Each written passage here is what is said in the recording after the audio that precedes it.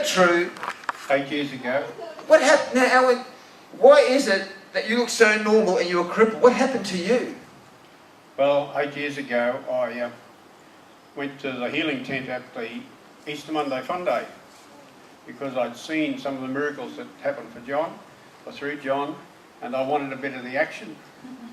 Anyway, John prayed for me 6 or 8 times over a 2-hour period from 3 till 5, and not a thing happened. Every time he prayed for me, he asked me, did I notice any difference? And I had to say, no, not a thing. Not a thing. But I went home and I said to the Lord before I went to bed, I've seen your miracles, I know that you're healed, I need a miracle. From now on I'm going to pester you. From now on I'm going to pester you, and I went to bed. When I woke up the next morning, I knew immediately my legs were different because there was no pain. No pain. And I've not used sticks since. I got around on 2 sticks. And because you were due for 2 knee replacements, weren't you? The orthopaedic surgeon said the only thing that had fixed me was 2 knee replacements. And Dr. Jesus did that. Now, you get healed of partial deafness, a mild stroke, wasn't it? What else did you get? I'd had a stroke a year before that. And I used to thank the Lord for my healing every day and asked him to continue the healing of my body. And a few weeks after my knees were healed, I got hearing back that my family's subject to hereditary deafness, and my mum by this stage in life was quite deaf, grandfather was stone deaf, and one morning lying in bed I could hear a tap dripping, and I got up and went out into the laundry and the tap wasn't dripping. Went back to bed and I could hear it again. It was the clock on the wall, I'd never heard it before. Now, this is really fun. For those who don't know, Alan, what happened when you went back to hand in your disabled parking sticker?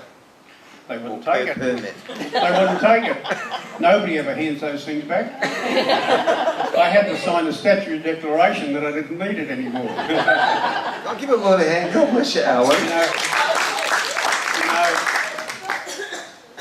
About 3 years ago, John was at the Workers' Club in town here, and I'd been suffering with bronchitis. Well, about 3 times a year I'd get bronchitis. And I also had that pain in the butt called hemorrhoids. I'd had it for about 20 years. And I think, often we have not because we ask not. Yeah. That's the scripture.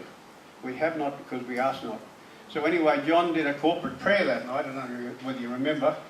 And I told you to put your hands where you did a miracle. I was hoping he wouldn't do that. John, just... It can't get messy, this meeting, I'm telling you. Let him finish, John. And what happened to those hemorrhoids? I mean, just don't get into details, but generally what happened? Well, I haven't had bronchitis since.